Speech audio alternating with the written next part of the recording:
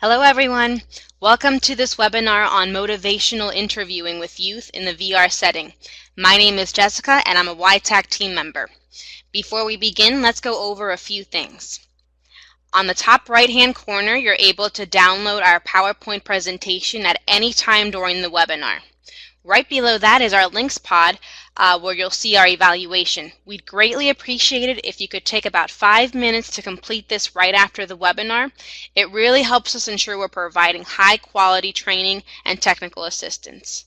At the bottom right hand corner, feel free to participate in conversation with everyone else. Feel free to introduce yourself if you'd like. And okay, that's it. I hope you enjoy this webinar and I'll hand things over to Karen now. Good afternoon or good morning if you're like me and you're in Arizona, but I know we have lots of different time zones here. So welcome to the YTAC webinar on motivational interviewing with youth in the VR setting. Obviously we're meeting today, and I'm going to introduce you to Adine Carhan, who works with us as a subject matter expert. That she is located at Cornell University, and she is our subject matter expert on motivational interviewing today. You've got her contact email there and a lovely picture. I want to tell you a little bit about our evaluation process for YTAC. So it's very important to us that we do show the efficacy of our trainings and our on-site visits. We want to make sure that you get the information that you're looking for out of our trainings, and we want to provide additional professional development opportunities always. So please, as Jessica said, be sure to complete the evaluation following this session. We do use that information and we're very grateful, and it helps us prepare and make trainings that are valuable to you, our audience, which that's what it's all about. We do also have the availability of CRCs, so Certified Rehab Counselor credits. And to receive your CRC credits for this webinar, you have to, of course, attend. And at the very end of the webinar, you complete the participation evaluation. And then be sure that you email Jessica Fuentes-Diaz, who is the voice that you heard a few minutes ago. The email is listed there. It's spelled out FUENTESDIAZJ@IEL.org.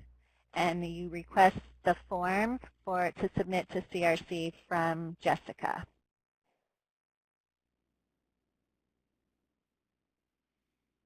So let's move on to an introduction to what is YTAC. So the acronym is the Youth Technical Assistance Center.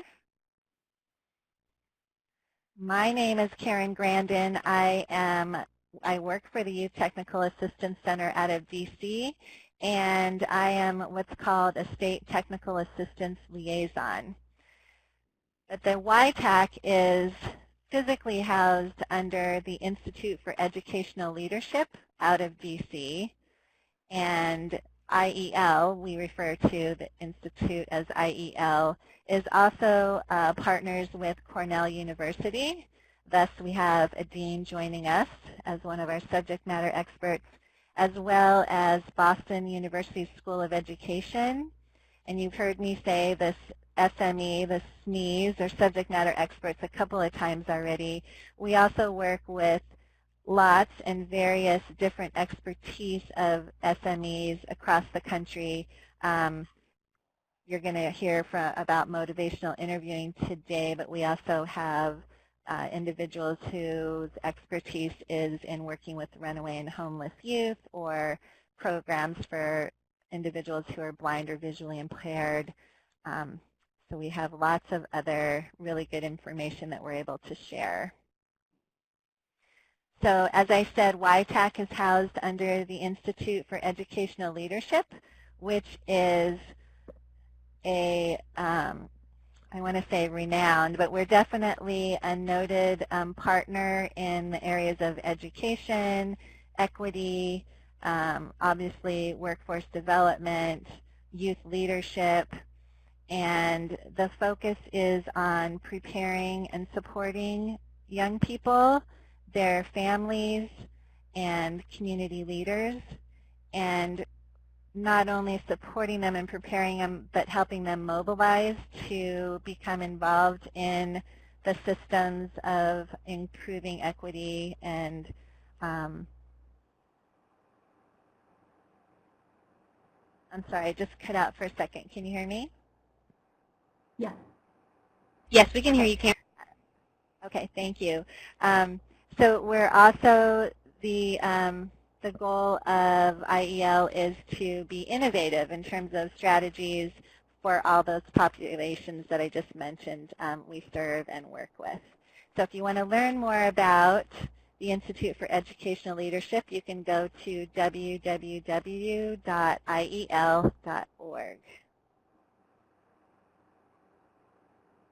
Some of the key things that we do at YTAC is, as I said, I'm a technical assistance liaison, so we work with state VR agencies, and we help them find and engage youth with disabilities who are not in special education. So you hear a lot about pre-ETs. We're the other side of transition, and we help state VR agencies find and engage youth with disabilities who are no longer in school or are not employed. This slide shows you some of our other TACs, so Technical Assistance Centers, and we work very closely with all of them. So we have WinTAC, which many VR agencies have heard of, as well as NTACT, the Promise TA Center, and the National Collaborative on Workforce and Disability, and which was also housed at IEL. So I'll go over really quickly what some of those acronyms are. I just said WinTAC, Workforce Innovation and Technical Assistance Center, the National Technical Assistance Center on Transition, which is NTACT, and the Promoting the Readiness of Minors in Supplemental Security Income, which is the Promise TA Center, and then finally the NCWD.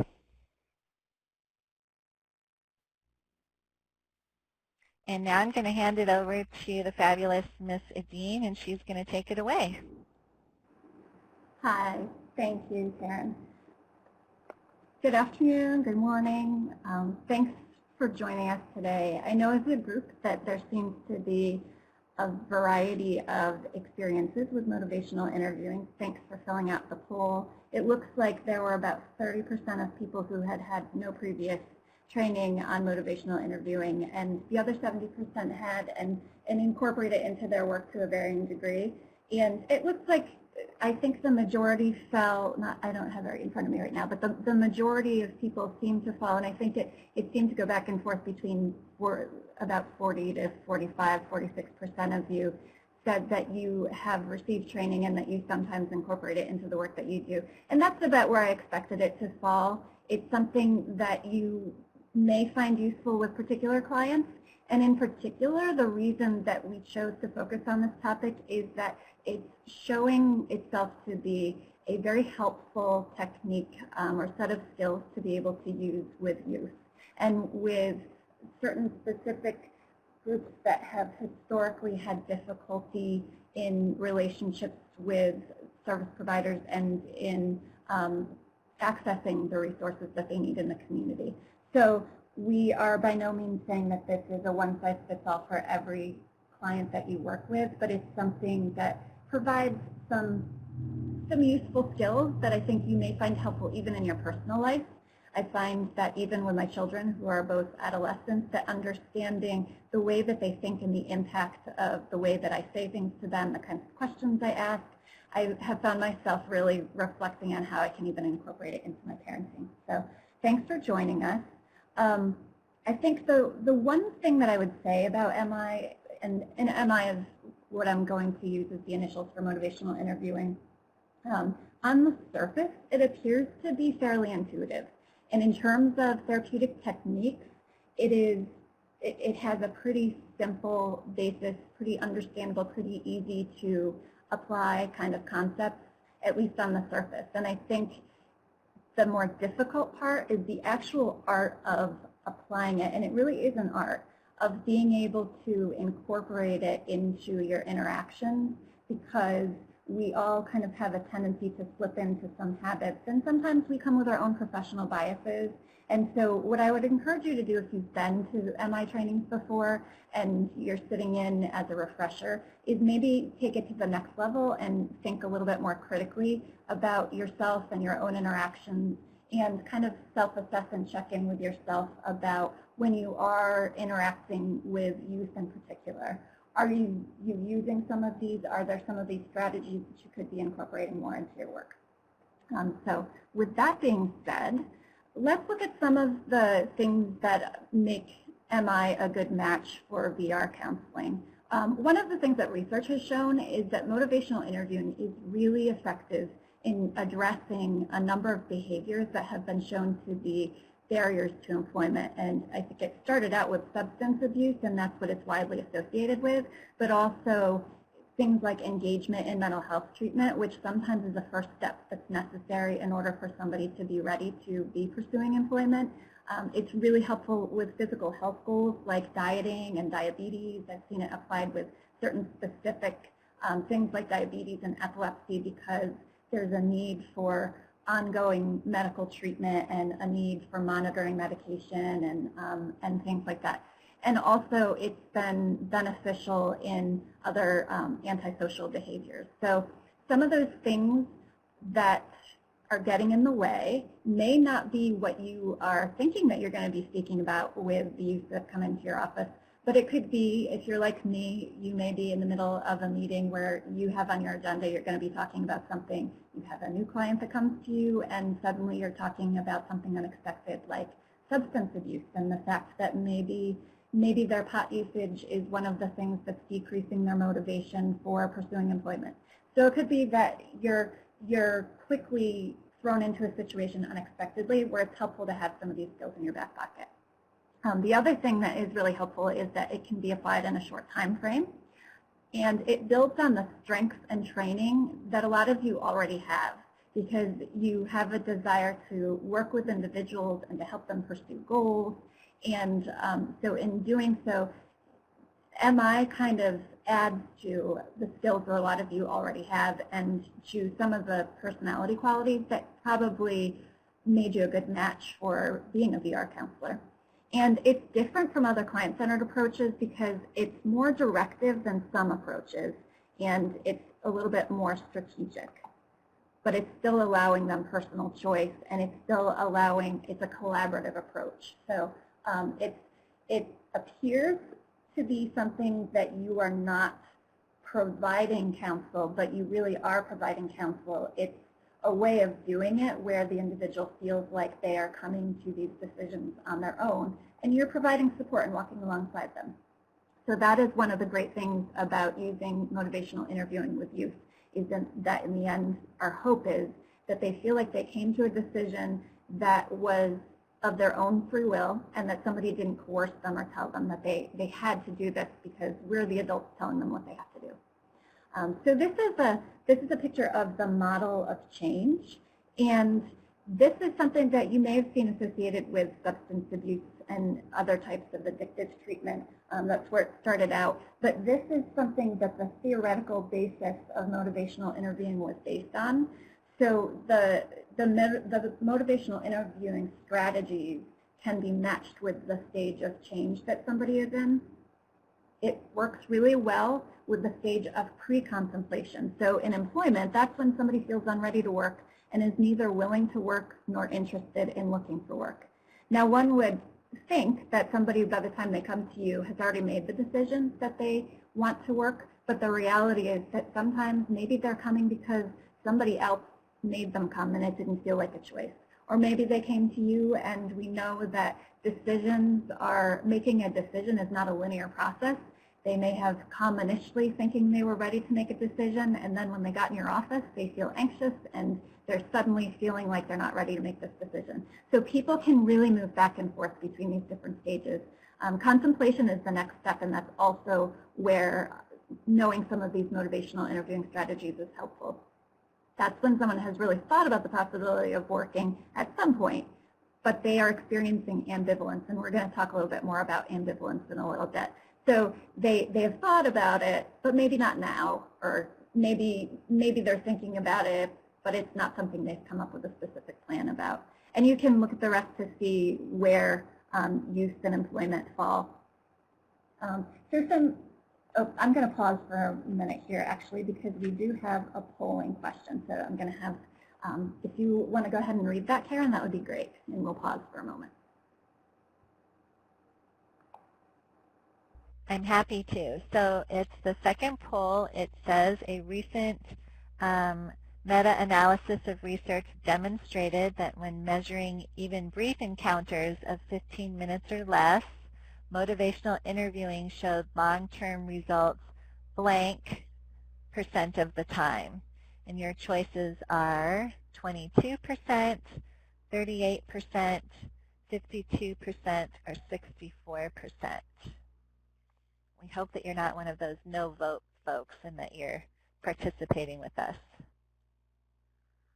Looks like, Nadine, the majority have decided that it's 52% of the time.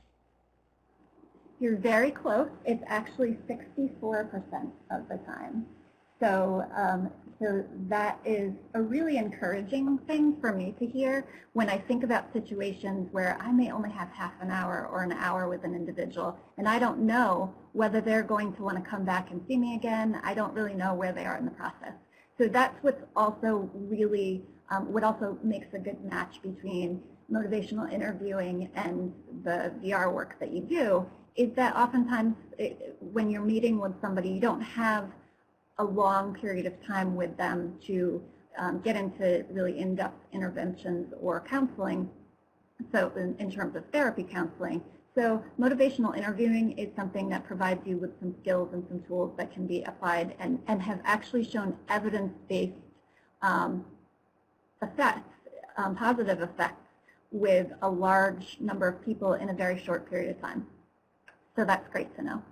And so this gives you a comparison, and this came from, you can see noted at the bottom, from some research that was done in 2011 that matched up vocational rehabilitation and motivational interviewing. And I'm just going to read a couple of these, but they tend to both be client-centered, which is really, really important because in the field of working with individuals with disabilities, there's really a movement towards being client-centered and allowing individuals to build some of those self-determination skills.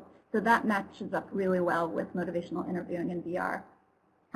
There is a focus on work readiness, and in motivational interviewing there's a focus on readiness for change. And that change that you would be focusing on would be most likely employment. Now sometimes what you may find is that that doesn't match up with what they're really ready to change, or there may be some other behaviors that need to be changed first. So the conversation may look like they come and initially it seems like they're pursuing employment, but the discussion is about maybe they need to go back and access some other services or change some other behaviors first, and then they can come back to you.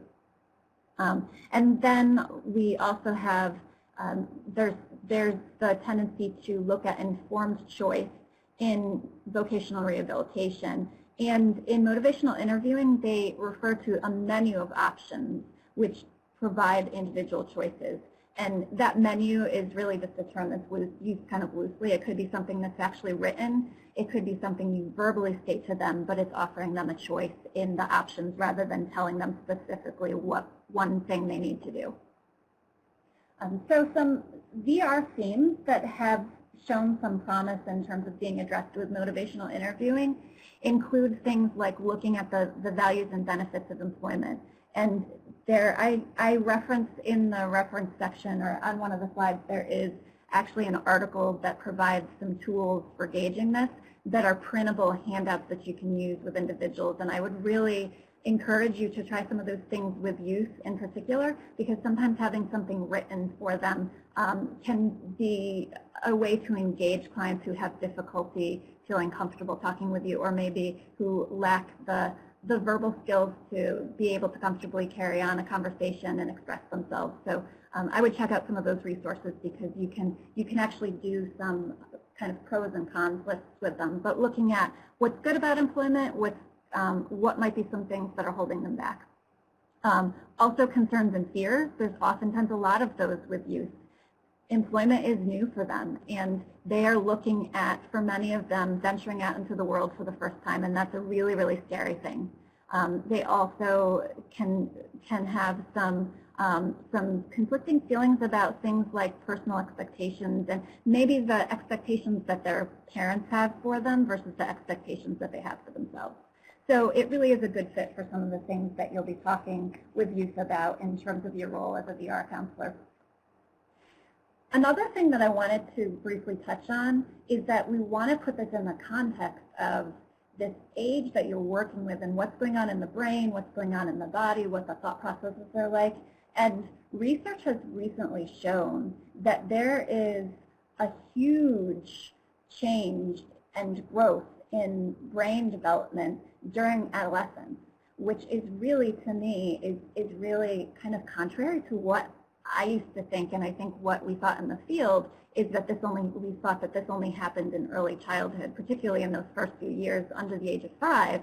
And what they found is that there's this other huge brain development, which has to do not with the growth and size of the brain in terms of the brain matter itself necessarily, but it's about the networks and the neurons and the connections that are being built. And so it is really an opportunity to be working with youth and to help them learn new skills. And what they found is they use this term called plasticity, and it's this ability for the brain to adapt and to create some new connections and to rewire itself. So for youth who've maybe come from difficult circumstances where they've experienced trauma or violence or had modeling that for some reason has caused them to believe that work is not important or that they aren't capable of working. Maybe they have some images of themselves. They have seen that when youth at this age of adolescence, which interestingly, that's now being defined as the age of 11 to 24. So we're no longer looking at adolescents as being teens up to the age of 17 or 18. We're talking about youth, young adults up to the age of 24 are still considered in this adolescence period. And their brain is vulnerable to toxins at that time, but it's also really vulnerable, or it's also really open to healing. And it's a really, really crucial window of time in terms of learning new skills and learning to trust people. For youth that have had difficulty attaching and have had difficult relationships, if they can connect to a safe person, and that safe person could be you, it can be transformational in their lives at this age. Not to put any pressure on you or anything, but sometimes as a professional, I have really gotten the sense that I may be the first person that's had a conversation with a youth that caused them to feel hope for their life or caused them to feel like they have value, maybe the first person who really validated their feelings and listened to them.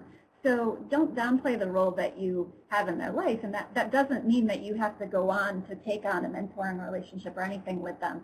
But what it means is you may be the first example of somebody in their life that shows them that things can be different, that if they haven't been treated with respect, they can be treated with respect. They're a person that deserves to be valued. And sometimes that in and of itself can be transformational. So the stage that adolescents fall into is they tend to fall into the formal operational stage of cognitive development. And I say tend to because sometimes if you are working with somebody with an intellectual disability, sometimes they are maybe in a more abstract phase. And so it depends on the youth that you're working with, but in general, adolescents tend to shy away from what they call soapboxing. If you just start sharing information with them, they get the basics. They know why smoking is bad. They know why they should be working. From a cognitive basis, they know a set of facts, and believe me, they think they know. They think they know a lot, and sometimes we know they don't know everything that they think they know.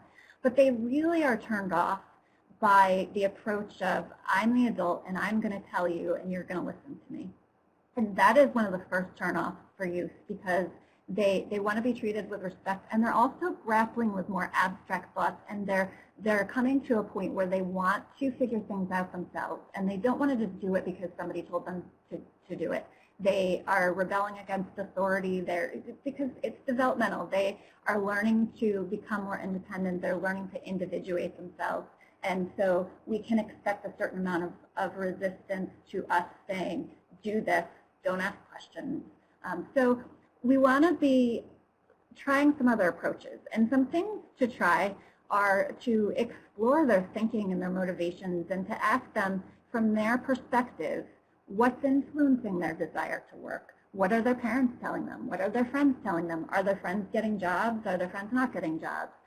What's going on in their community? All these things are things that are going to shape them. And so these are things that they're looking at, and it can engage them in conversations about things that move you past that dynamic of you just firing questions at them and telling them what to do, and really in engaging in conversations about their motives, about their dreams, about their hopes, about the conflicts that they're struggling with. So you want to be also thinking about, has anybody talked with them about what comes next? Has anybody talked with them about post-secondary education? What happened with siblings? Do they have siblings that went on to post-secondary education? Do they have siblings that went on to work? What were their experiences like? In motivational interviewing, one of the terms that you will hear used a lot is ambivalence. And ambivalence within motivational interviewing is seen as a normal part of the process. And what it is I want to and I don't want to at the same time. And there's a lot of that, whether we acknowledge it or not, with almost everything that we do. I really want to go to this party, but I'm not sure I want to go. I really think it's going to be fun, but maybe it's not, because maybe people won't want to talk to me at the party. So you can imagine, if a youth has never worked before, when they come to your office for the first time, most likely, or even if they're coming for the second, third, fifth time, there's going to be a little bit of this ambivalence going on. And maybe they're in a job and trying to decide whether they want to look for another job. Maybe they're in a job and they're trying to consider whether or not they want to stop that job and go on to post-secondary education and pursue college. So one of the things that we want to do is we want to avoid what they call the writing reflex. I'm sorry, it's not reflex, it's reflex. It's not like acid reflux. It's that desire to argue for change, or what's healthy or what's right. And we so easily slip into that when we care about people, because we as adults can sometimes see things that we know would be in the best interest of the youth that we serve. Of course, getting a job would be good because they'll have money and they'll be able to pay their bills, and because of that they may be able to move out of a community of poverty where they've experienced violence, and we can see all these things. Yet at the same time, that writing reflex can cause a conflict from the beginning. And youth can very quickly shut down. And quite honestly, a lot of it's in the engagement. It's within those first couple minutes you interact with them. They can quickly decide whether they want to work with you or not, whether you're somebody they can talk to and trust or whether you're not. But one of the things you really, really want to try to avoid is that writing reflex of just telling them what's right or what's wrong, what they should do. When we go back to that as a default, we start to lose them.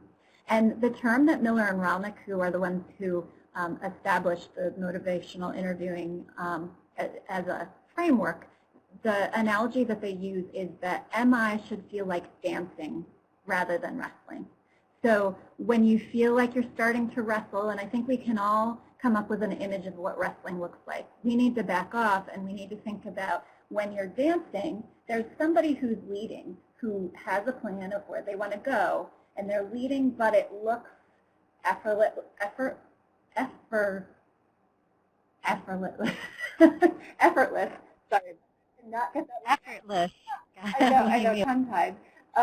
But it's something that appears very smooth, and it appears as if they are moving together, even though the one person is leading, and it's just, it's beautiful to watch. Whereas, wrestling, I would not think wrestling is something beautiful. Now, it has, obviously, there are things that people are drawn to with it, and sometimes people do feel like conflict is good, and they may appreciate conflict.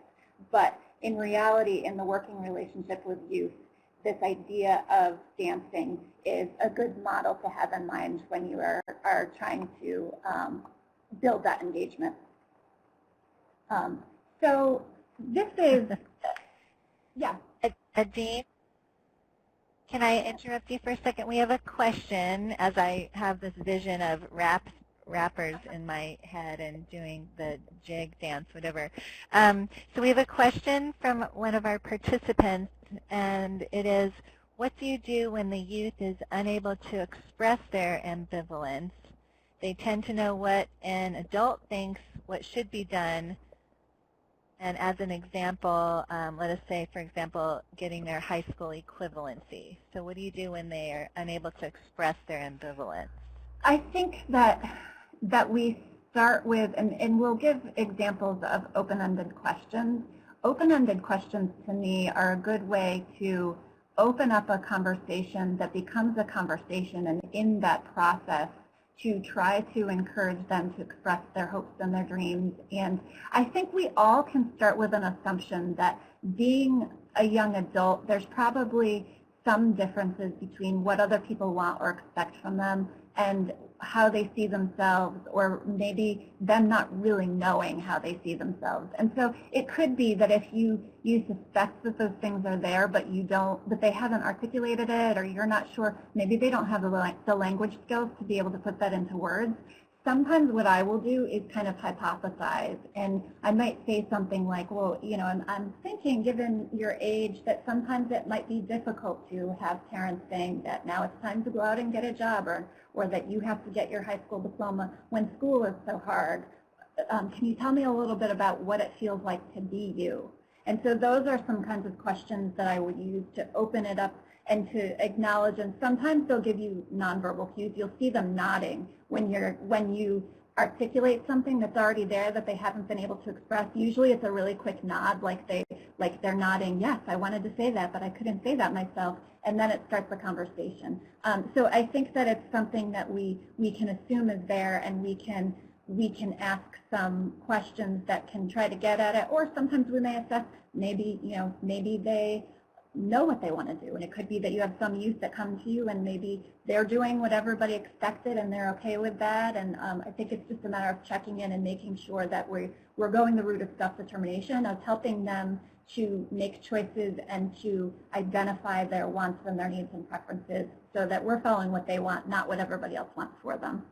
That's a great question, and I think definitely would be a great thing to be discussing, because I'm sure people have other examples of situations where that's happened, of things that they have talked about or questions they've asked. So thank you for that. So the MI process is, in a nutshell, is these 4 different stages of engaging, which is going to be establishing that connection, that working relationship for whatever period of time it is. And engaging, to me, there's a period of that is going to happen in those first 5 minutes that you meet with somebody. Those first 5 minutes are really, really crucial, because they're going to decide, can I work with this person? Can I trust this person? Focusing is clarifying the direction that one hopes to move, and that can be telling them a little bit about what you do, and then asking them some open-ended questions, and using some of these techniques that we'll talk about to try to figure out if you're on the same page with what you want to do and what they came to you for. Evoking is to try to elicit their own motivation for change. Do they buy into this change? Do they want to work? Do they want to go to school? Would they rather be doing something else? Is there something else getting in the way? So evoking is that's seen as the heart of motivational interviewing. You're trying to bring out of them information about their motivation level and what are they motivated to do. They're motivated to do something. Sometimes it's not the thing that everybody else wants to do the thing, but we still want to start with where they're at, because it's really helpful information to find out what is motivating them. And another really good question is, if what's motivating them is something like drugs or alcohol or things their friends are doing, a really good question to ask a youth is, how's that working for you? And you don't want to say it in a way, I mean, that can be said in a really flippant way that can really not work very well. But I think if you say that in a genuine way, you can get them sometimes to open up. And I've done this with, I have a friend whose son was making some poor decisions, and I engaged him in a conversation about, well, what is it like for you? What does it feel like when you get high? And how do you feel afterwards? And I think because they know that you're not just going to discard the fact that there are some positive things that they get from those drugs, they're also more willing to share some of the negative effects of it. So I think we sometimes have to be willing to go there and just really have them talk more openly with us about the decisions they're making. And the last part is planning, and that's when they've gotten to a point where you're able to move ahead and make some decisions about change. And I think we're going to do another poll right now. So do we have a poll? Wait. No, I'm sorry. I put that at the wrong place. So I apologize. I had it there before. So this is a term that I just think is really interesting, that is something that I had heard about before, but hadn't heard it termed as this. And it's something that I think is useful just to kind of keep in mind. Equipoise is a conscious, intentional decision not to use one's professional presence and skills to influence the client towards making a specific choice or change. There is such a desire to tell youth what to do, or to tell any client what to do, because sometimes we very quickly come to an assumption about what somebody needs or what they could change in their life. And people could come to the same kind of assumptions about us, about things that they think that we should do differently. But I think we need to reflect on how well we take that when somebody says what we need to do. So equipoise is that ability to step back, and in the medical profession, this would be a doctor who tells you what your diagnosis is and gives you some information to make an informed choice, but does not tell you specifically which option you have to choose. And I think that for me is something that I really value in medical professionals, because I want to feel like I looked at the information myself, I weighed the pros and cons, and in the end I made a decision that was best for me, and that I didn't just do something because a medical professional told me that I should. So it's a mental approach, but it really is something that can be helpful as a framework, something to remind you of as you're doing your work. And not just with motivational interviewing, that's an approach in general that I had to really use when I was doing counseling and when I do counseling, because there's a tendency to give feedback even when we don't realize it. Sometimes it's a tone of voice, sometimes it's the way that we frown when somebody says something. I can clearly tell when I am doing something that my doctor approves of and when I'm doing something that the doctor doesn't approve of. And sometimes that's with verbal things that they say, but sometimes it's something more subtle, like a facial expression. So we have to be really mindful of the messages we're giving from the nonverbal avenues as well as the verbal. So one thing to think about, this is huge with youth, is that first encounter. Here are some strategies that come from the research on motivational interviewing specific to adolescence. And the first is to make the most of your first impression by developing a good opening statement. And I know this might sound hokey, but this is something that can be really useful if you're not comfortable and don't have a lot of experience in working with youth. I would highly encourage that you do a little bit of scripting of thinking about what you're going to do when you first meet them, so that you can have a meaningful interaction. And you want to emphasize that you are thankful that they came and that this was a choice that they made. They made the choice to show up. And you also want to be monitoring your intensity, because the interesting thing is that we can come across as being kind of standoffish or grumpy or mean or whatever with some of our negative affects.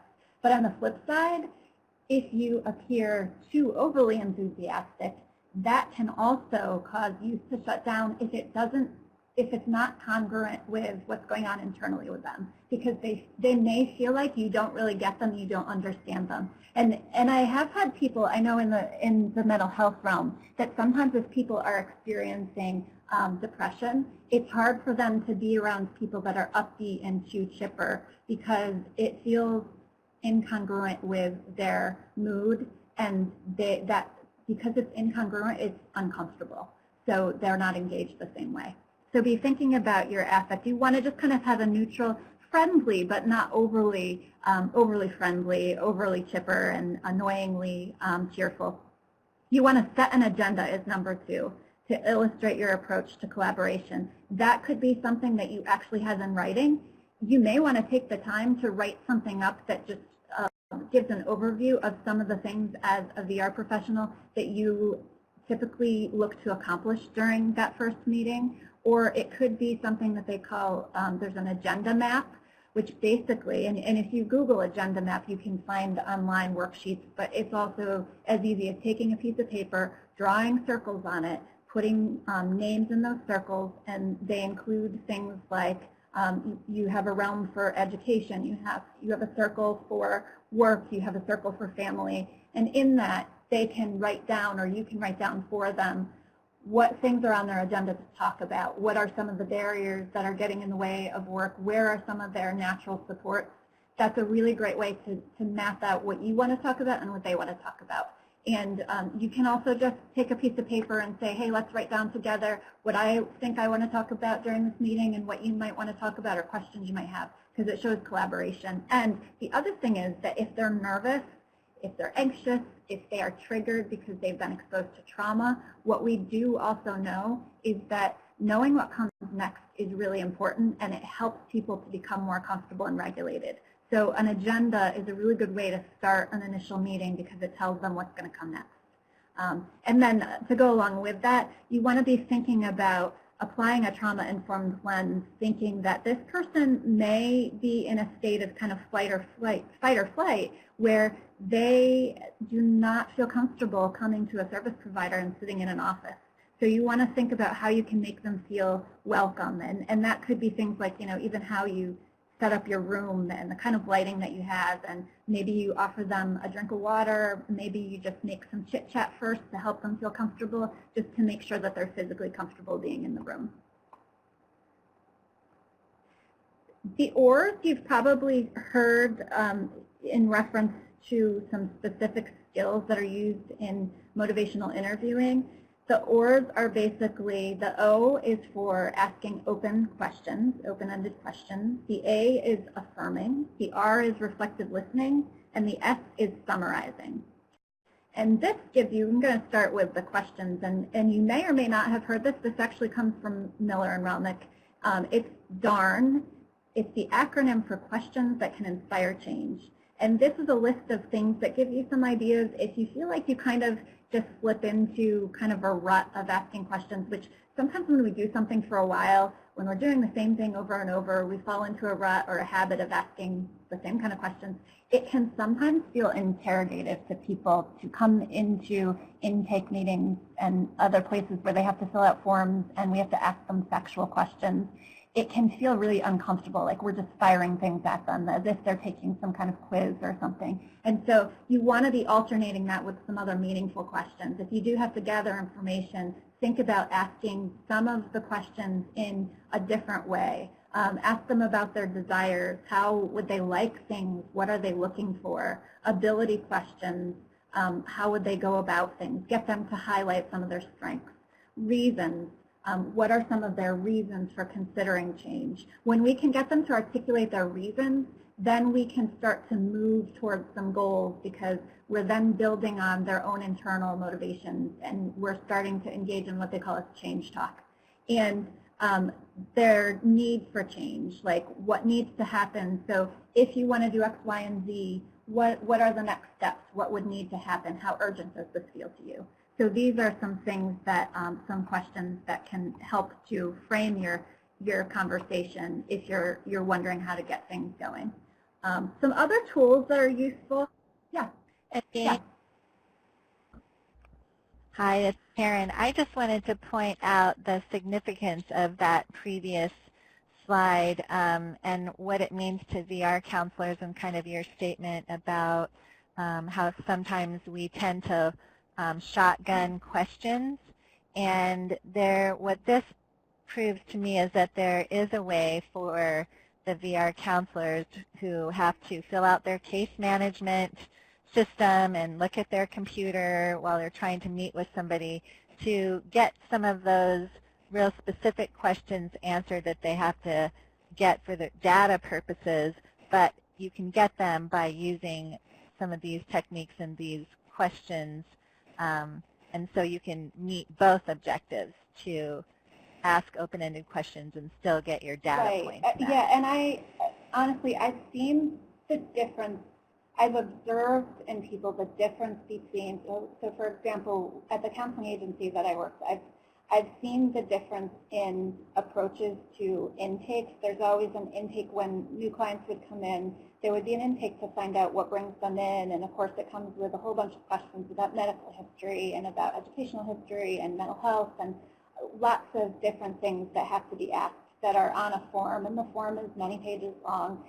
There is a huge difference in the response with the therapists who just stick to the form and fill out a clipboard and don't make a lot of eye contact and fire questions, and the ones that have become comfortable enough with the form that they start out by asking for a more narrative kind of response, like starting with, can you tell me a little bit about what brings you here today? Can you tell me what you're looking for today? And that's not to say that you won't revert back to some of those questions, because obviously you want to make sure that those questions get answered. But I think even just alternating some of them so that they're able to tell their story in whatever way they need to. It doesn't mean that you have to have a 3-hour meeting with them, but it is just a style of asking questions that makes it feel like you're engaging in meaningful conversation, not just trying to fill out a form.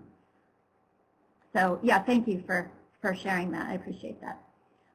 So here's some additional tools, and these are things that there are examples. If you decide that you want some examples of these, I can just send me an email and let me know, and I can send you the resources that I have. But they have different forms of rulers, and that would be something that you could have on a form, where I've seen people have forms that have just like a, they go online and get a template of a picture of a ruler and they insert things, and you can do it for lots of different things. Usually that means you go on a scale of 0 to 10 and you identify for the client what 0 is and what 10 is. So on a scale of 0 to 10, with 0 being I don't want to work at all and 10 being I really, really want to work, where do you fall? And you can have them rate that. You can also have them do it with a question of what skills do they feel like they have? How ready to work are they? How many barriers, like how likely do they feel that they're going to get a job? And so there are lots of different ways to use that you can apply that to employment. How fearful are they? If you sense a little bit of fear on a scale of 1 to 10, or 0 to 10, with 0 being not scared at all to 10 being I'm scared out of my mind, where do you fall? And then that's also a means when you meet with them again at measuring progress to see if that number changes. Another thing to use that's helpful with youth is what they call the querying extremes. You ask them to describe the extremes of their concerns, like what do you think might happen if you don't get a job by the time you graduate? Like what's your worst fear? What might that outcome be? So that you can get them to kind of go there in their head, and then the conversation becomes, okay, well, instead of letting that paralyze you because you're afraid, let's use that as a way to develop a plan. This is what you want to prevent. What are some things we can put in place that can help you to prevent that worst thing that you're afraid of from happening? Another thing is to help them to look forward and ask them questions about what do they want life to look like 5 years from now. And as difficult as it is to believe, some youth have not thought that far ahead. Well, I guess maybe it's not that difficult because we all say that youth don't really think ahead, but some youth in particular have experienced so much trauma that they live for the moment and they don't think about the future, or they're too afraid to think about the future. So hoping and dreaming might be something new for them, or the thought that good things could happen in the future for them might be a new thought. So that might be something that might introduce motivation to them. And then exploring values. Ask them what's important to them and what they value. There's some really good examples online of card sorts that you can print out, that you can laminate, and you can have it. You can actually, if you have the time, just really take a few minutes, you could ask youth to sort it out and pick out the 5 things that they value the most. When you have their values, it's a good way to engage them in conversations about motivation, and you build on those values. What do they care about, and how can you link that to what you're working on with them?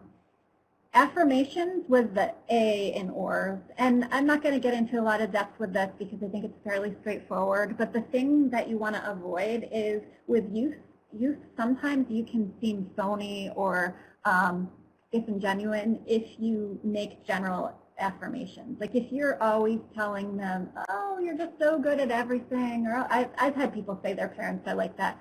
I don't believe that she really thinks I did a good job because even when I stink, she still tells me I did well, which is kind of a mother's job, but you know, we do that. But they don't really need that from their VR counselor. They need somebody who makes meaningful comments that they can connect to specific behaviors and that they know is genuine and not something that that person just says as a line to all of the people that they work with. Like saying you're so talented, it may be true, and that's not a bad thing to say, but it's probably more helpful to state specifically something that they did well. Wow, I saw you, I saw you went to this meeting and you participated in your IEP meeting, and that's amazing because I know that took a lot of effort for you. Or I heard back from your employer and they told me that you have really shown a lot of initiative at work because you've taken on some new tasks, and this is what they said. So telling them specific feedback that you got, things like that, you want to try to give them affirmations. And you don't need to do it all the time, otherwise maybe it will seem disingenuous. Reflective listening is listening carefully to what's being said and then forming a hypothesis. This is one of those things that I feel like, and they indicated in some of the literature, is kind of a joke among people about therapists and how they can tell somebody's a therapist is that, you know, people reflecting back, well, it sounds like you feel ... And it is true to some extent that that is built into the therapy profession that we do reflective listening, but it's not supposed to be something you do to somebody that makes them feel uncomfortable. And if you just parrot things back to them, it can be something that really causes them to shut down. So what you want to do is, in some cases, they recommend dropping the stem. Like, don't say to youth, it sounds like. The moment they hear that, and my kids will tell me this, like, oh, Mom, you're being a social worker, you're being a therapist. And my daughter complained the other day that that's the hardest thing about being the daughter of a therapist is that she can tell that I'm always trying to get her to talk about her feelings. And so some youth are resistant to that, and you want to not make this feel like a therapy session. Now, there is a time and purpose for that, and honestly, that in some situations is my role, that I need to get them to talk about their feelings. You don't need to make it feel like a therapy session. I think what you want to be doing is sometimes it might even be reflecting on their behaviors and saying, what I'm gathering from your behaviors is that you feel really frustrated by your parents or whatever. And even the way I said that, you probably wouldn't say I'm gathering what you're feeling because that would probably not come across well either. So again, you may want to do a little bit of scripting just to make sure it feels natural. But you want to reflect back what you're hearing, what you're seeing, and just kind of form a hypothesis and see what they say. A really good example of this is I had a boy that I was working with on a transition grant that we had, and nobody could get him to go to school. He was 14 and he was refusing to go to school. His grandmother couldn't get him to go anymore. They had some officers from the school that were coming that said it was becoming like physical altercations when they came and tried to get him to go to school. And so he was just kind of completely shut down, and I was assigned to work with this family to do some family coaching. And I went in and I introduced myself, and he kind of grunted at me, and so I started to talk with his grandmother. He got up and went to the kitchen, and I went out there, and in my head I was thinking, well, what can I do differently? Because everybody had already tried to talk with him about different things. And so one of the first things I said, I think within the first few sentences I said was, you know, it seems to me like maybe you're feeling bored, and I'm wondering what school's like for you. And he stopped what he was doing. He was making lunch, and he stopped and he looked at me, and he said, you know, you intrigue me. I have never had anybody ask me that before. And then we went on, we had a conversation, we were able to get him to agree to at least set up a visit to go look at a school. And so I'm not saying that that was like this quick fix solution and everything went great from there, but I'm saying it was a way to change up the conversation because I was able to kind of ask him something that nobody had apparently asked him before, and it just changed the dynamic. And it wasn't specifically, I think what I did was take his behaviors and I made a hypothesis, like, I think he might be really bright and bored, and that everybody assumes because of his behavior that he can't, he was in special education classes and he really has a very high IQ and he was bored, and so it just was this cycle of then he would misbehave and then he would, they would continue to discipline and then he just didn't even want to go to school. So anyway, moving on. Some summary statements are another thing to have in your toolkit. Summaries capture what was said, especially if you've talked about a lot of things and you've given them new information. At the end or partway through the meeting with them, you can summarize some of the things that you talked about together. Discrepancy is one of the terms that you'll hear a lot in motivational interviewing. It's the distance between where a client is and where he or she wants to be. And what we want to do is to create a safe place for individuals to look at themselves in the mirror, assess an uncomfortable truth about themselves, and let it change them. Maybe they are making a choice that everybody has told them that they shouldn't make. They're engaging in some kind of high-risk behavior. What we want them to do is be able to look in the mirror and see that they have value and that they have within themselves the ability to make this change because they want a different outcome, not because everybody told them that they should. And Miller and Relnick have a great quote: "The function of a mirror is to reflect an image as it is without adding flattery or fault. From a mirror, we want an image, not a sermon. We may not like the image we see. Still, we would rather decide for ourselves our next move." And I think that's great. We don't want to be overly optimistic or set expectations too high or say things that are untrue. But we want to reflect back to them in a way that helps them to see, maybe some of the consequences, help them to articulate what are some of the drawbacks of maybe unhealthy behavior they're engaging in. This is called a decisional balance tool, and this slide gives you a look at what you could do on a piece of paper. And this article at the bottom is the one that I had mentioned before that I would really suggest that if you want more tools like this, you go and take a look at, because this is something they have a worksheet for in that specific article, along with several other worksheets, and they're specifically for professionals who are working in the employment sector. So all the questions are geared towards employment. So this gives you an idea of basically it's kind of like the pros and cons, but it's a tangible way of using that tool. And I think now we do have a polling question, correct?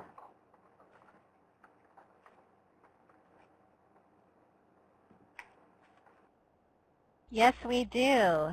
And it is within the framework of MI, motivational interviewing, advice can be given A, at any time, B, never, C, when you ask for and receive permission from the client or consumer, and D, when the client consumer is engaging in a behavior that conflicts with the goal of your agency.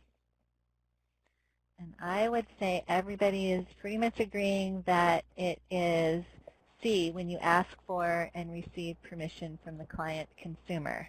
How did they do, Adine? They did great, absolutely. Gold star for everybody who put that answer. Yeah, in particular, we do want to ask permission, and the kicker with that is if they say, no, I don't want to get information about this, then you have to kind of step back and say, oh, okay, well, they don't want to talk about this. But then it's following up with another question of, well, what can I do to help you? So if we're going to ask that question and ask for permission, we have to be okay with their answer. But what they say is based on interventions and research that has been done about this in terms of the effect, is that the effect is that it builds that working alliance. So you feel comfortable because they know you're not just like that car salesman who's going to tell them what they want to hear, and you're not that person who just doesn't have their best interest in mind. You're really going to listen to them, and you're going to take to heart what they say. And if they say no, they don't want that thing, then you're not going to try to push it on them. So discord is exactly what it sounds like. It's a disharmony in the collaborative relationship, and that's something that can come across like, could be them actually yelling at you or confronting you or disagreeing with what you say, but it also can be a little bit more subtle, like disengaging and suddenly just becoming distracted. And we want to be careful because it might mean that we have fallen into what they call in motivational interviewing as the premature focus trap, we have decided that we're ready to go in a direction and we're going to move in that direction whether that person is ready to or not. What we want to do is step back and we want to check in with them. We want to try to figure out what's not lining up with where they're wanting to go, and we want to engage in conversation about that. And some things that you can do really easily are to apologize and say, if you've offended them or you see some response from them that shows that they are experiencing some negative reactions, you can say, sorry, I just realized that I flipped into lecturing you like you were, one of my kids, and I don't want to be like your mom. I don't want you to feel like I'm your mom, so let's talk a little bit more. What would you like me to know about this situation? Or affirming, I can see that you've really spent a lot of time thinking about this. So if their decision doesn't line up with yours, you can still affirm the fact that they've really spent some time thinking and reflecting on it. And then shifting focus is sometimes you just want to shift away from that danger zone, and you want to help them to engage in talk that helps them to feel supported rather than going after that conflict. Because you're not going to win that battle in that moment. What you want to do is go back and try to reestablish that therapeutic alliance with them. These are some perceptions that are consistent with motivational interviewing. I am the expert on why and how this person, or inconsistent. I don't know if I said consistent. I may have said it consistent. These are inconsistent. I am the expert on why and how this person should change. My job is to collect information about problems. Again, that goes back to some of those forms we have to fill out. Like, that's what this person is to me, somebody who's just a means of me getting the answers so that I can fill out this form. I rectify gaps in knowledge. Like, when I find out you don't know something, it's my job to fill in all those blanks. Frightening information is helpful in promoting change. And that's the approach we've taken a lot with drugs and alcohol and things like that. We're going to show lots of scary stories and tell them all the bad things and show them the black lung kits and things like that. And they're finding that that's not necessarily the best approach. Am I consistent? Nadine? Yeah. Yeah. We have a few questions. The first one is, any tips on not sounding super measured when using MI? This person finds that those conversations to be kind of clunky, and it often takes more time to formulate good, engaging questions. So any tips on that?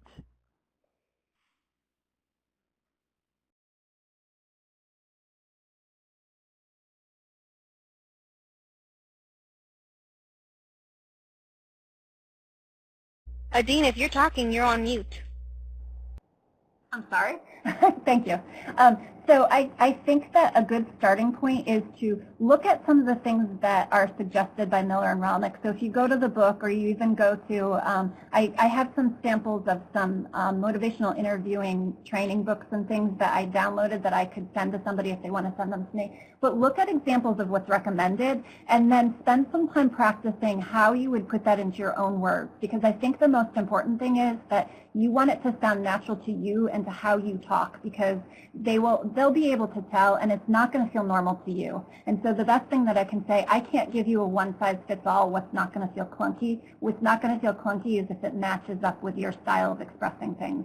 And so if you're a very formal speaker, the way that they say things might match up with that, and so it might be fine. But if you're somebody who speaks a little bit less formal, you want to really just work on it and practice. And unfortunately, that's something that when we first learn things, we have to take the time to do, and we kind of do it in private. You model it for supervisors and coworkers, and motivational interviewing actually works best when there's coaching and you're getting feedback about how it's going. So you can practice that with other people and kind of fine-tune what is normal for you to say. With clients and the kinds of conversations you have, how can you take some of these messages and tweak them so that they feel normal for you?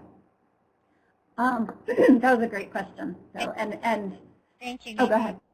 We have another question. What do you do with that young person who you ask them what do they really want to do or really want, and they say, I don't know? Yeah, which is kind of where a lot of youth are at. And I think that a good place to start with that might be to help them to look at, that might be a good way to talk about some of the assessments that you could do with them, because you may have to start really far back in terms of, you're coming assuming certain things that they may want. You may want to go back to, just finding out what are their interests and preferences. And I don't know, I think it varies with each of you in terms of what kind of assessments you do as a general protocol. But my thought would be that that would be a good time to share some of the things that you could do to help them figure out their, what are their career preferences, what do they want, what's their vision for the future. And there's lots of person-centered planning type of tools. So I would say person-centered planning would really kind of come into effect there. But also it could be you give them a menu of options of some of the things that your agency could offer, because they may not have any idea what, okay, I've come to this place, I don't know what they do. So you could share some information. That might be a helpful thing to say. I know you're not really sure what you want. Let me tell you a little bit about what we do, and check in with them along the way to see if they have more questions, and then maybe give them a little bit of time to take that and go home and reflect on some things, or connect them to maybe somebody who can do some career exploration with them that helps them start with, what do I even want to do before I try to go actually get a job? What kind of job do I even want, or what are my interests and preferences? But again, that's a great question, because with youth there are going to be times where you're going to get that. And you may also want to do more writing type of activities, or sometimes artwork. It may be that verbally it's hard for them to tell you what they want, but you could maybe use pictures of, there's really great resources on Pinterest and other places where there are sorting cards you can do with different careers and occupations and people doing different things. So for kids who have difficulty with the language piece of it and processing and articulating what they want, you could have them do like some card sorting or picture sorting and things like that to give them a little different way to articulate what they are interested in. Here's some consistent assumptions that you can have. I have some expertise, and consumers are the experts on themselves. I find out what information consumers want and need, so it's not just driven by what I want. I match information to consumer needs and strengths, and consumers can tell me what kind of information is helpful. This is another thing you'll see referenced, and this is a great model just to keep on hand, the EPE technique, elicit, provide, elicit.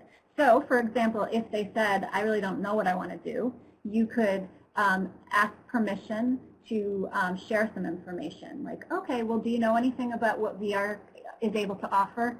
And if they don't, you can say, well, is it okay if I share some information? And then you can provide some information, and that gives you some tips about avoiding jargon and offer small amounts at a time. And then you ask for some feedback. You ask what their reaction is. You ask them if they're interested in any of the information you gave. So that's a really good way for you can go through that process many times within a meeting with somebody, that you give some information, you check in with them, and then see if they have any questions, and then you give a little bit more information. And what they suggest when you get to a point where you can feel like they're ready to make a change is that you test the water. Like, would you like to talk about the next step that might be in the VR process? Or you can recapitulation, which I think is a great word. I don't know. I just have all kinds of images in my head of what that is. But I think it's basically, I think it's somebody coming in and verbally vomiting, and then you kind of taking all of it and giving them a summary. But it's a brief summary of one of the reasons for change that you've heard, or some of the reasons for change. So you can kind of collect all of them up like in a basket, because a lot of times people will come and they'll kind of be all over the place with what they're telling you, and that's okay. That's okay. One of the things that you can do as a professional is to kind of put a little, put a little pin mark in those, or you can even jot them down. You can have something where I would try to keep eye contact as much as you can, but when you hear them say something that sounds like a good agenda item or something that could be a goal for them or motivation, jot it down so that at the end you can go back and say, let me just kind of summarize some of the things that I heard you say and make sure that I heard you right. And then another thing is that you could ask a simple key question. So what would you like to do, or would you like to work together? That's a really good question. It's a little scary to ask. How did it feel to you to work with me? Do you feel like we'd work okay as a team? Because we're all afraid of getting rejected. And even if it's not a client that you yourself would want to work with, you still want them to work with you. So I think it's really hard to ask that, but I think it really does give them that sense that they have some control over this. And it's really empowering sometimes to be able to ask that. And you know what? If they say that they're not ready to move forward, you can respect that. And honestly, the people that I have bought cars from tend to be the salesmen that say, here's my card, go home and think about this. Go talk to other car salesmen, look around, call me if you have any questions. Because I trust them, because I know they're not just telling me what I want to hear so that they can get my money or so that, so that they can get what they want. So I would kind of take that approach. And these are some things about what you don't want to do. And Miller and Rolnick say that MI is just as much about what you don't do as it is about what you do. We don't want to prescribe. We want to be a guide. We want to support autonomy instead of taking control.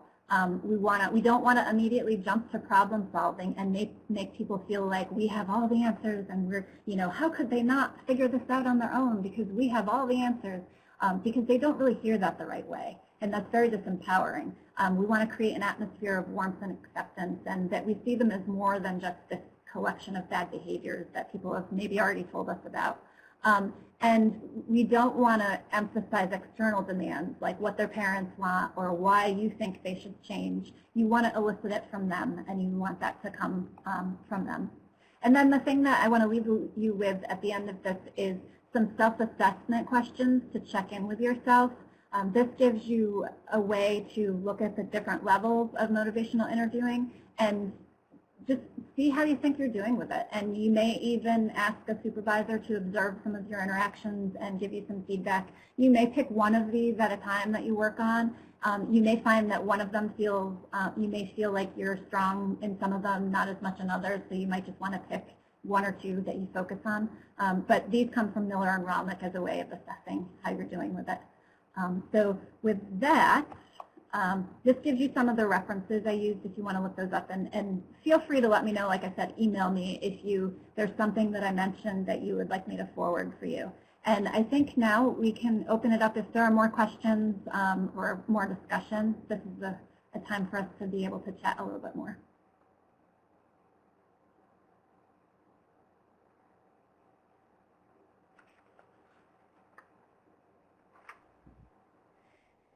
So we're a little over time, Dean, so I'm going to, if folks want to hang on for a few more minutes, I can ask one of the questions remaining in the chat box. And I had my eye on the wrong time. Sorry about that. So yeah, that's okay. If anybody wants to email me questions, that's great too. Feel free to do that. I apologize because I was just totally blitzed on the time there. So. Oh, we're good on time. The webinar ends at 3:30. Oh, I'm sorry. Okay. I thought it was 3 o'clock. Never mind. I had it in my head. I thought I had it right. Okay, good. So yes, anybody has any questions, we can chat. Okay, so one of the questions asked was, how can supervisors, administrators, or managers help their staff working with youth to build their skills, their MI skills? Well, one of the things that is given as feedback in some of the literature from Miller and Rolnick, who developed the model, and also in some of the other guidebooks for organizations that have really incorporated this as a model, is a lot of coaching and feedback. They really emphasize, as much as, I think it's helpful to introduce some of these terms as either an introductory overview or a refresher, really the way that these skills are incorporated into work in a way that they really are comfortable in the long term is with somebody giving you some feedback on how you're doing with them and practicing them maybe with case studies or practicing in staff meetings. And I know that people have different levels of comfort with just doing skits and things like that. I really, in social work, we did that a lot, and I came to enjoy it, but it was in a setting where that's what you did. But I think if you can kind of make that a part of your setting, even though it's awkward at first, people can kind of go with it because the hands-on practicing is really the best. I did a suicide prevention training that I attended, and it was really based on this style of providing information, and then we had to apply it by coming up with, we had to do role play. So we had to on the spot come up with a client and a story. One person assumed the role of the client, the other person was the therapist, And there was no script. We had to just go with it because that's how life really happens. When you're having conversations, you don't know what they're going to say next, and you have to think on your feet. That's really one of the best ways to practice motivational interviewing. And with this particular one, they would have people standing on a bridge as if they were going to jump, and we had to take turns as a class going up and saying something, and that person who was getting ready to jump had to indicate to us whether they felt like the person's response was something that caused them to want to think more about coming down from where they were ready to jump. So that's a really intense, obviously that was a suicide prevention class, but it was kind of a motivational interviewing style. So you could do something similar in a staff meeting, where you could do it in one-on-one scenarios that you practice with a coworker, or that you do in supervision meetings with your staff. And I don't know if anybody else has, if somebody has any other suggestions or resources that you want to share with people, you can put that in the chat box too. Like if you've come across a particular book or website or resource or type of activity that has worked well, I think that's a great way to share those too. So you can put something in the chat box. Do we have any other questions that people would like to post? One thing, Adine, is people really want your materials, and so we've offered that we will put them on the YTAC website, but you will also see Adine's email here in the chat box, and it's earlier in the presentation, the PowerPoint presentation as well. Yeah. Yeah. I have some longer things that if there's something specific that you're interested in, like I have some articles, I have folders of things that I've put them into, like motivational interviewing research that they've done related to employment and things like that. Some people really like journal articles, some people don't. I have some other, there's a manual that I downloaded that is about 200 pages, maybe 250. And it has some scenarios of activities that you can do to practice some of these skills. And it wasn't for employment, I don't believe. I can't remember what type of agency it was that wrote it, but that would be a really good manual for organizations that are looking at wanting to practice and just want a variety of different activities that are already written. So if there's something specific that you don't see and you are interested in it, just send me an email and let me know what type of information, and I can send you what I have. I would highly recommend the Miller and Wellness book, and the other one is, I'm trying to think of, the other one is Motivational Interviewing with Adolescence, and that is by Nar King and Suarez, because they really give some scenarios and they give some scripts of specific things that are said by the practitioner and by the client. Now, some of it would be for counseling sessions for people that are doing therapy, but the principles in most of the book are principles that are good across the board with any type of counseling interactions that you have with youth.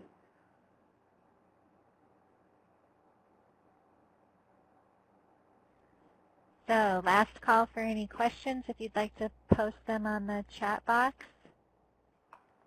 If not, I'll just remind folks, please take our little survey. You see the link there in the chat box. It's also on the PowerPoint. We really appreciate you taking the time. It's quick, and we need the information. And you can tell Adine how fabulous she was. I told you guys.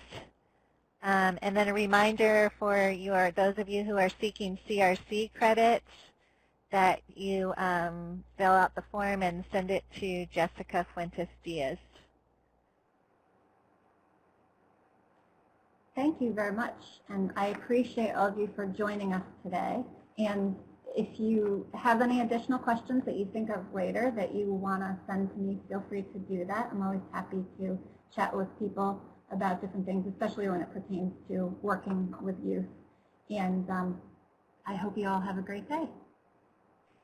Thank you very much, Adine, and thank you all. We had great representation from, I want to say, 12 different states. So have a great rest of your day. All right. Thank you, Karen and Jessica. Bye. Bye-bye.